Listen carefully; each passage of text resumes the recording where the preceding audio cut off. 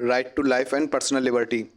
Life माने जीवन और पर्सनल लिबर्टी माने व्यक्तिगत स्वतंत्रता। तो right to life and personal liberty हुआ जीवन और व्यक्तिगत स्वतंत्रता का अधिकार। यह अधिकार या राइट आपको कॉन्स्टिट्यूशन के आर्टिकल 21 में मिलेगा।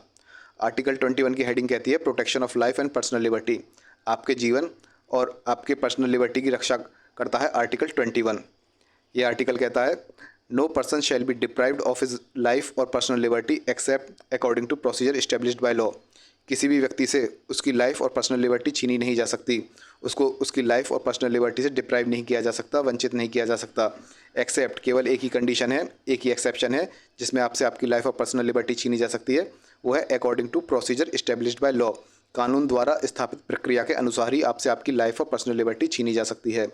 फॉर एग्जाम्पल, मान लीजिए आपने किसी का मर्डर कर दिया तो कानून द्वारा आपको मौत की सज़ा मिली। तो कानून द्वारा आपको मौत की सज़ा मिली है according to procedure established by law. कानून द्वारा स्थापित प्रक्रिया के अनुसार ही आपसे आपके जीवन छीना जा रहा है।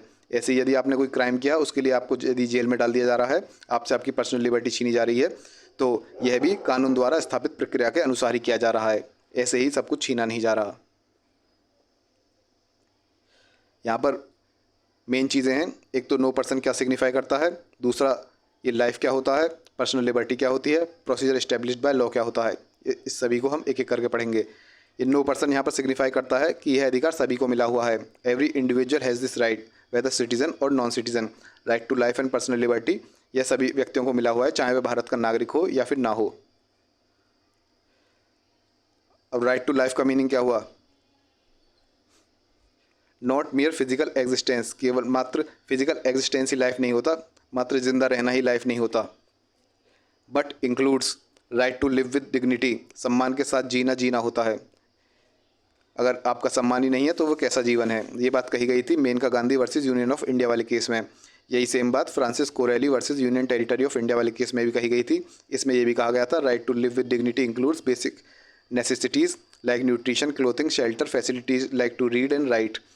तो जीवन हो तो डिग्निटी के साथ हो, सम्मान के साथ हो, गरिमा के साथ हो, गौरव के साथ हो, वह लाइफ होगी। और क्या चीज़ इंक्लूडेड है राइट टू लाइफ में? Right to livelihood. यह बात कही गई थी Olga Tellis versus Bombay Municipal Corporation में। यदि आपकी लाइवलीहुड ही छीन ली गई, आपका रोज़गार, आपकी रोज़ी रोटी छीन ली गई, तो आपकी कैसी लाइफ होगी? उस लाइफ का कोई अर्थ नहीं है। तो राइट टू लाइवलीहुड भी राइट टू लाइफ के अंतर्गत ही आता है। ऐसे ही right to pollution free environment, ये बात कही गई थी MC Mehta versus union of India वाले केस में।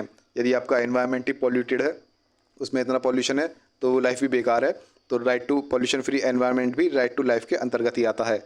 ऐसे ही right to privacy, peoples union for civil liberties versus union of India वाले केस में कहा था phone tapping violates right to privacy which is a part of right to life and personal liberty. इसी प्रकार right to health भी right to life के अंतर्गत ही आता है।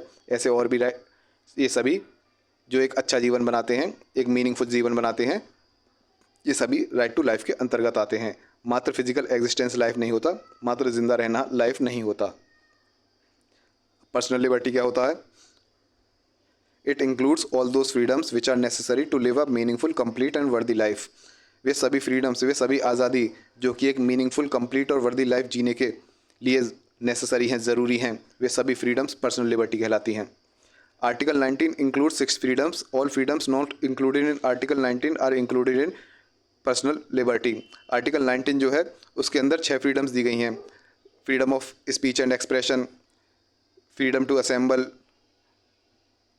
आपका एसोसिएशंस बनाने की फ्रीडम, कहीं भी घूमने फिरने की फ्रीडम, आपका कहीं भी रिसाइड करने की फ्रीडम, कोई भी बिजनेस या फिर कोई प्रोफेशन प्रैक्टिस करने की फ्रीडम, ये सभी फ्रीडम्स आपको आर्टिकल 19 में दी गई हैं। इनके अलावा भी बहुत सारी फ्रीडम्स हैं जो कि ज़रूरी हैं एक वर्दी लाइफ जीने के लिए, एक मीनिंगफुल और कंप्लीट लाइफ जीने के लिए। तो आर्टिकल 19 में जो फ्रीडम्स हैं उनके अलावा जितनी भी फ्रीडम एक वर्दी लाइफ जीने के लिए ज़रूरी हैं, वे सभी फ्रीडम्स पर्सनल लिबर्टी में इंक्लूडेड हैं, पर्सनल लिबर्टी में आ जाती हैं। पर्सनल लिबर्टी का जो मीनिंग निकला था ये 2 फेजेज़ में निकला था, 2 फेजेज़ थे। एक था बिफोर मेनका गांधी केस और दूसरा था आफ्टर मेनका गांधी केस। तो before Maneka Gandhi case, Maneka Gandhi case से पहले जो फ्रीडम पर्सनल लिबर्टी की जो मीनिंग था वह क्या था? एक केस हुआ था AK गोपालन वर्सेस स्टेट ऑफ मद्रास। इस केस में कोर्ट ने पर्सनल लिबर्टी को कहा personal liberty means freedom of physical body only and nothing beyond it. Court ने कहा कि पर्सनल लिबर्टी जो है केवल फिजिकल बॉडी की फ्रीडम है, इसके अलावा और कुछ नहीं है। ऐसे ही उसने प्रोसीजर इस्टेब्लिश्ड बाय लॉ के लिए कहा, it simply means procedure established by state, there is no deficiency in procedure established by law, it is not due process of law, that is just fair reasonable and courts are not required to apply due process of law. यहाँ पर कहा कि procedure established by law, इसका meaning है कि state द्वारा जो procedure establish किया गया है, जो पार्लियामेंट और लेजिस्लेचर द्वारा जो कानून द्वारा प्रक्रिया बताई गई है, केवल वही है। ज़रूरी नहीं कि वह जस्ट हो, फेयर हो, रीजनेबल हो। मतलब कि ड्यू प्रोसेस ऑफ लॉ जो है वह प्रोसीजर इस्टेब्लिश्ड बाय लॉ नहीं है। जो भी स्टेट प्रोसीजर बता देगा, कानून बता देगा, वही माना जाएगा, चाहे वह जस्ट हो, फेयर हो, रीजनेबल हो। इस चीज़ की कोई चिंता नहीं है। कोर्ट्स को कोई ज़रूरी नहीं है कि वे ड्यू प्रोसेस ऑफ लॉ को अप्लाई करें। उनको कोर्ट्स को ये देखने की ज़रूरत नहीं है कि क्या जो लॉ जो है वह जस्ट है, फेयर है, रीजनेबल है। अगर ऐसा नहीं है तो भी कोई बात नहीं है। यहाँ पर कोर्ट के अनुसार प्रोसीजर इस्टेब्लिश्ड बाय लॉ में कोई डेफिशिएंसी नहीं है। उसको जस्ट, फेयर और रीजनेबल होने की ज़रूरत नहीं है। केवल ये ज़रूरत है कि वे स्टेट द्वारा बनाया गया है, पार्लियामेंट द्वारा बनाया गया है। After Maneka Gandhi case, Maneka Gandhi case के बाद क्या सिचुएशन हुई, तो इस केस में आई.के. गोपालन वाला केस जो है उसको ओवर रूल कर दिया गया। In Maneka Gandhi versus union of India, इस केस में क्या हुआ था, passport impounded without giving opportunity of being heard. Maneka Gandhi का पासपोर्ट जो है वह जब्त कर लिया गया बिना उनको उनका पक्ष रखने की अपॉर्चुनिटी दिए बगैर ही। उनका पासपोर्ट तो रख लिया, लेकिन उन्हें ये अपॉर्चुनिटी नहीं दी कि वे अपना पक्ष रख सकें। तो एक प्रकार से यहाँ पर आर्टिकल 14, 19 और 21 का उल्लंघन किया गया था। कोर्ट ने इस केस में कहा कि पर्सनल लिबर्टी की डेफिनेशन बताई, that it is not confined to freedom of only physical body but includes all those freedoms through which life is enjoyed। Court ने कहा कि पर्सनल लिबर्टी केवल फिजिकल बॉडी की फ्रीडम नहीं है, केवल वहीं तक कन्फाइंड नहीं है, वहीं तक सीमित नहीं है। इसमें वे सभी फ्रीडम्स आती हैं जो कि लाइफ को एंजॉय करने के लिए ज़रूरी है, जिनके थ्रू लाइफ को एंजॉय किया जा सकता है। और कोर्ट ने प्रोसीजर के बारे में भी कहा, the procedure can not B arbitrary, unreasonable, unfair. Procedure जो है चाहे कानून द्वारा स्थापित ही क्यों ना हो, लेकिन वह आर्बिट्ररी नहीं हो सकता, अनरीजनेबल नहीं हो सकता, अनफेयर नहीं हो सकता। Procedure established by law should be due process of law, that is just, fair and reasonable. Procedure established by law, due process of law होना चाहिए, कानून की उचित प्रक्रिया होनी चाहिए। ये नहीं कि स्टेट ने बना दिया, पार्लियामेंट ने बना दिया तो वही फॉलो किया जाएगा। उसको उचित भी होना चाहिए, उसको जस्ट होना चाहिए, फेयर होना चाहिए और रीजनेबल होना चाहिए। अब देखते हैं प्रोसीजर इस्टेब्लिश्ड बाय लॉ। इसका मीनिंग होता है law made by state. State द्वारा, स्टेट का मतलब आ गया आपका पार्लियामेंट हो गया और स्टेट की लेजिस्लेचर्स हो गई। तो इनके द्वारा जो कानून होता है, उन कानून में जो प्रक्रिया दी गई है उसको कहते हैं प्रोसीजर इस्टेब्लिश्ड बाय लॉ, कानून द्वारा स्थापित प्रक्रिया। और मेनका गांधी केस के बाद इसमें यह भी कहा जाने लगा कि procedure should be just, fair, reasonable and not arbitrary, unfair और अनरीजनेबल। मेनका गांधी केस के बाद यह कहा गया कि जो प्रोसीजर बनाया गया है, जो लॉ के द्वारा प्रोसीजर बनाया गया है, पार्लियामेंट द्वारा जो लॉ बनाए गए हैं, वह जस्ट होने चाहिए, फेयर होनी चाहिए, रीजनेबल होनी चाहिए और वे आर्बिट्ररी, अनफेयर और अनरीजनेबल नहीं होनी चाहिए। इसमें केस लॉ लिखने हो तो Sheela versus state of Maharashtra में, इस केस में कोर्ट ने कहा था, use of third degree method by police violates article 21। Police द्वारा थर्ड डिग्री दी जाती है, टॉर्चर किया जाता है, वह आर्टिकल 21 को वायलेट करता है। ऐसे ही सुनील बत्रा वर्सेस दिल्ली वाले केस में putting under trial with convicts, एक अंडर ट्रायल को कन्विक्ट्स के साथ रखना, ये भी आर्टिकल 21 को वायलेट करता है। Next case Prem Shankar versus Delhi, इसमें कहा हैंडकफ अंडर ट्रायल, यदि कोई अंडर ट्रायल है उसको हैंडकफ, हथकड़ी लगानी ज़रूरी नहीं है। Court said handcuff should be last refuge, जब कोई भी ऑप्शन नहीं बचता तो तब जाके हथकड़ी लगानी चाहिए, जब ये लास्ट रिफ्यूज है। ये नहीं आप शुरू में ही उसके हथकड़ी लगा रहे हैं, जब कोई ऑप्शन नहीं बचता, हथकड़ी लगानी ज़रूरी है, हैंडकफ्स करना ज़रूरी है, तभी केवल हथकड़ी लगानी चाहिए, नहीं तो ये आर्टिकल 21 को वायलेट करता है, एक व्यक्ति के जीवन और पर्सनल लिबर्टी के अधिकार का उल्लंघन करता है। नेक्स्ट केस है Parmanand Katara versus union of India. इस केस में कोर्ट ने कहा था that doctors should provide medical aid without waiting to comply legal formalities like form filling.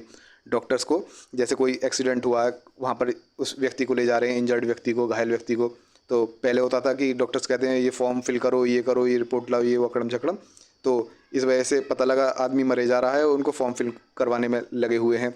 तो ऐसी फॉर्मेलिटीज़ का वेट किए बगैर डॉक्टर्स को मेडिकल एड प्रोवाइड करानी चाहिए। ये भी right to life and personal liberty के अंतर्गत आता है। वहाँ पर व्यक्ति की जान चली जा रही है, यहाँ पे फॉर्म फिल करा रहे हैं। अब एक आता है राइट टू डाई, यूथनेशिया। इच्छा मृत्यु का अधिकार। Right, the law on euthanasia in India distinguishes between active and passive euthanasia. जो यूथनेशिया का जो ऊपर कानून है इंडिया में, यह एक्टिव यूथनेशिया और पैसिव यूथनेशिया के बीच में फ़र्क करता है। एक्टिव यूथनेशिया क्या होता है? एक्टिव इच्छा मृत्यु, जब किसी व्यक्ति को कोई लीथल कंपाउंड एडमिनिस्टर किया जाए, जैसे कि मान लीजिए किसी व्यक्ति को ऐसे केमिकल्स का इंजेक्शन लगाया जाए जिससे कि उसकी मृत्यु हो जाए, तो इसको एक्टिव यूथनेशिया कहेंगे। यहाँ पर आप इंजेक्शन लगा रहे हैं उसको मारने के लिए, ये इंडिया में इलीगल है एक्टिव यूथनेशिया। पैसिव यूथनेशिया क्या हुआ? It is commonly known as withholding and और विदड्रॉल ऑफ लाइफ सपोर्ट। यदि मान लीजिए कोई लाइफ सपोर्ट पे है कोई व्यक्ति, तो उसके लाइफ सपोर्ट को विद होल्ड कर देना, रोक देना, या फिर उसके लाइफ सपोर्ट को विदड्रॉ कर लेना, उसको वापस ले लेना, उस व्यक्ति को लाइफ सपोर्ट से वापस ले लेना, इस चीज़ को पैसिव यूथनेशिया कहा गया है। एक्टिव वाले में एक्टिवली आप उसको इंजेक्शन लगा रहे हैं किसी केमिकल का जिससे कि उसकी मृत्यु हो जाए, यहाँ पर उसका लाइफ सपोर्ट छीन रहे हैं जिससे कि वह अपने आप ही नेचुरल उसकी डेथ जो है उसकी बस स्पीड बढ़ जाएगी, उसकी मृत्यु बस जल्दी हो जाएगी। पैसिव यूथनेशिया जो है यह लीगल है इंडिया में, but in a limited set of circumstances. केवल कुछ ही कंडीशंस हैं, कुछ ही सर्कमस्टेंसेज हैं जिनमें पैसिव यूथनेशिया दिया जा सकता है। ये क्या है? जैसे patients must consent through a living will, must be either terminally ill और इन अ वेजिटेटिव स्टेट। एक तो पेशेंट जो है उसकी कंसेंट होनी चाहिए, उसकी सहमति होनी चाहिए लिविंग विल के थ्रू। यदि वह होश में है तो लिविंग विल दे सकता है, नहीं अगर होश में नहीं है तो उसका कोई क्लोज रिलेटिव हो, कोई क्लोज फ्रेंड हो, वो ऐसा कर सकता है। और फिर मेडिकल बोर्ड वगैरह भी जांच करेगी कि क्या उसकी बीमारी जो है उसे सही किया जा सकता है, नहीं किया जा सकता। तो पूरी एक प्रक्रिया है, उस प्रक्रिया के बाद ही ऐसे पैसिव यूथनेशिया दी जाती है, इच्छा मृत्यु दी जाती है।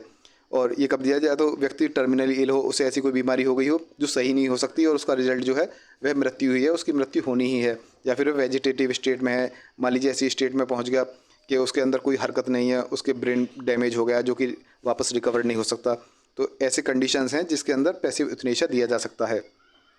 मतलब कि उसका लाइफ सपोर्ट होगा, मान लीजिए वो वेंटिलेटर वगैरह पे है तो उसका वेंटिलेटर हटा दिया जाएगा। ऐसा नहीं किया जाएगा कि उसे केमिकल्स और जहर का इंजेक्शन दे दिया, ऐसा नहीं किया जाएगा। केवल ये है कि उसका लाइफ सपोर्ट जो है उसको विदहोल्ड या फिर विदड्रॉ कर लिया जाएगा। इसमें केस लॉ लिखने हो तो state of Maharashtra versus Maruti Shripati Dubal. इस केस में Bombay high court held that right to life includes right to die. Courts struck down section 309 of IPC which provides punishment for attempt to commit suicide as unconstitutional.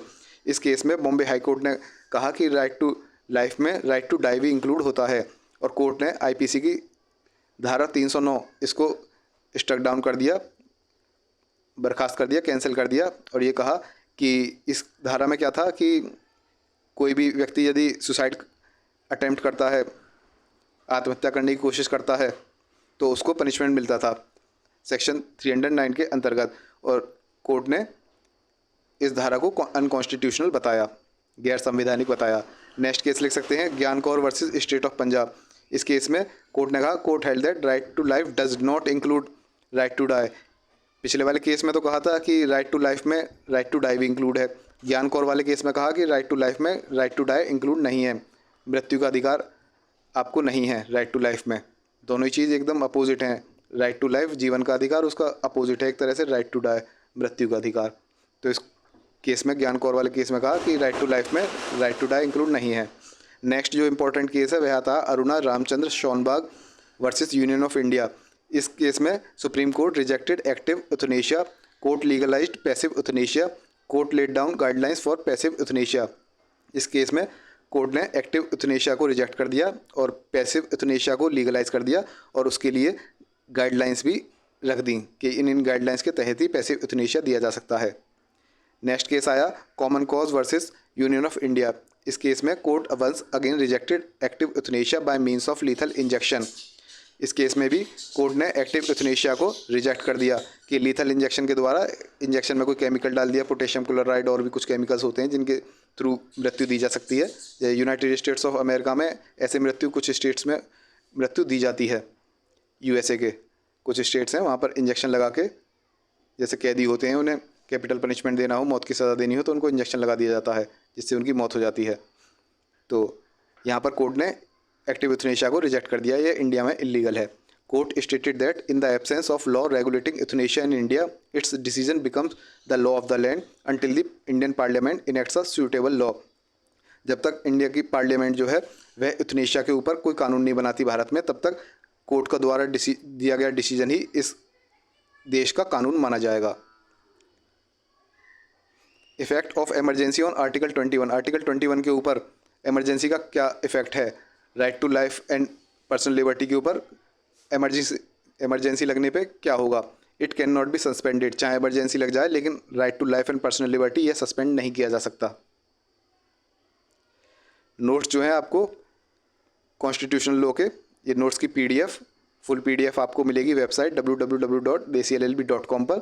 इसका link जो है हम description में भी डाल देंगे, नहीं तो आप डायरेक्ट वेबसाइट पे जाके इसको ले सकते हैं, नहीं तो डिस्क्रिप्शन में जाके लिंक क्लिक करके वहाँ पर जाके आप नोट्स की पीडीएफ ले सकते हैं। पीडीएफ से आप बहुत ही कम टाइम में जल्दी से पूरे सब्जेक्ट का रिवीजन कर सकते हैं। अब एक बार यहाँ पे भी रिवीजन कर लेते हैं, हमने क्या क्या पढ़ा। हमने पढ़ा article 21 right to life and personal liberty. ये आर्टिकल कहता है no person shall be deprived of his life और personal liberty except according to procedure established by law. किसी भी व्यक्ति से उसकी लाइफ और पर्सनल लिबर्टी छीनी नहीं जा सकती, एक्सेप्ट केवल एक ही कंडीशन में छीनी जा सकती है, according to procedure established by law. कानून द्वारा स्थापित प्रक्रिया के अनुसार ही आपसे आपकी लाइफ और पर्सनल लिबर्टी छीनी जा सकती है। यहाँ पर नो पर्सन सिग्निफाई करता है कि ये अधिकार सिटीजन्स और नॉन सिटीजन्स सभी के लिए है, चाहे वह भारत का नागरिक हो या ना हो, ये सभी इंडिविजुअल्स के लिए ये अधिकार है। उसके बाद आता है ये लाइफ का क्या मीनिंग है।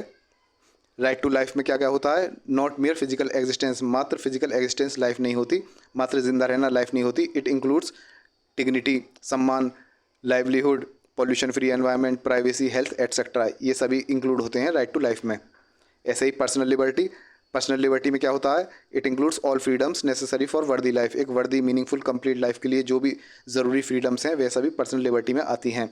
इसके 2 फेजेस थे पर्सनल लिबर्टी का मीनिंग निकालने में। पहला फेज था बिफोर मेनका गांधी केस, दूसरा था आफ्टर मेनका। पहला जो बिफोर मेनका था, मेनका गांधी केस से पहला, उसमें एक ही गोपालन केस था जिसमें पर्सनल लिबर्टी की डेफिनेशन जो मीनिंग बताया कोर्ट ने, वह बताया physical freedom of physical body only. केवल फिजिकल बॉडी की फ्रीडम ही पर्सनल लिबर्टी कहलाएगी। और प्रोसीजर इस्टेब्लिश्ड बाय लॉ, यह नॉट ड्यू प्रोसेस, चाहे वह जस्ट ना हो चाहे फेयर ना हो, लेकिन जो पार्लियामेंट ने जो प्रोसीजर बता दिया है लॉ के द्वारा केवल वही माना जाएगा। हमको ये नहीं देखना कि वह ड्यू है या नहीं है, जस्ट है, फेयर है, रीजनेबल है या नहीं है। लेकिन मेनका गांधी केस के बाद सिचुएशन बदल गई। यहाँ पर पर्सनल लिबर्टी की जो मीनिंग बताया कोर्ट ने, वह बताया all freedoms to enjoy life को एंजॉय करने के लिए जितनी फ्रीडम्स चाहिए वह पर्सनल लिबर्टी कहलाती हैं। और प्रोसीजर इस्टेब्लिश्ड बाय लॉ, ये ड्यू होना चाहिए, मतलब कि जस्ट होना चाहिए, फेयर होना चाहिए, रीजनेबल होना चाहिए, आर्बिट्रेरी नहीं होना चाहिए, अनरीजनेबल नहीं होना चाहिए, अनफेयर नहीं होना चाहिए। तो ये 2 फेजेस हो गए पर्सनल लिबर्टी का मीनिंग निकालते हुए। उसके बाद आता है प्रोसीजर इस्टेब्लिश्ड बाय लॉ। ये होता है लॉ मेड बाय स्टेट द्वारा बनाया गया लॉ। जैसे स्टेट में आ गया आपका यूनियन में पार्लियामेंट हो गया और स्टेट लेजिस्लेचर हो गई। और ये मेनका गांधी केस के बाद कहा गया कि प्रोसीजर जस्ट होना चाहिए, फेयर होना चाहिए और रीजनेबल होना चाहिए। उसके बाद आता है आपका राइट टू डाई, यूथनेशिया, इच्छा मृत्यु। इंडिया में जो है एक्टिव यूथनेशिया इलीगल है, जैसे केमिकल का इंजेक्शन लगा के मृत्यु देना, ये इलीगल है, यूएस वगैरह में लीगल है। और पैसिव यूथनेशिया इंडिया में लीगल है, जैसे लाइफ सपोर्ट वेंटिलेटर वगैरह ये हटा देना या फिर विड्रॉ कर लेना, ये लीगल है। केस लॉ के लिए मेन केस लॉ लिख सकते हैं मारुति श्रीपति वाला केस, जिसमें कोर्ट ने कहा था कि राइट टू लाइफ में राइट टू डाई आता है। फिर ज्ञान कौर वाला केस जिसमें कहा था राइट टू लाइफ में राइट टू डाई नहीं आता। फिर अरुणा शॉर्नबॉग वाला केस जो है जिसमें पैसिव यूथनेशिया लीगल कर दिया था, एक्टिव यूथनेशिया उसमें भी लीगल था। नेक्स्ट है इमरजेंसी का इफेक्ट क्या पड़ा था आर्टिकल 21 पर right to life and personal liberty पे, कि ये इमरजेंसी में भी सस्पेंड नहीं किया जा सकता, स्थगित नहीं किया जा सकता। ये हो गया आपका right to life and personal liberty. आपको नोट्स की PDF फाइल चाहिए तो आप वेबसाइट DesiLLB.com पर जाकर ले सकते हैं।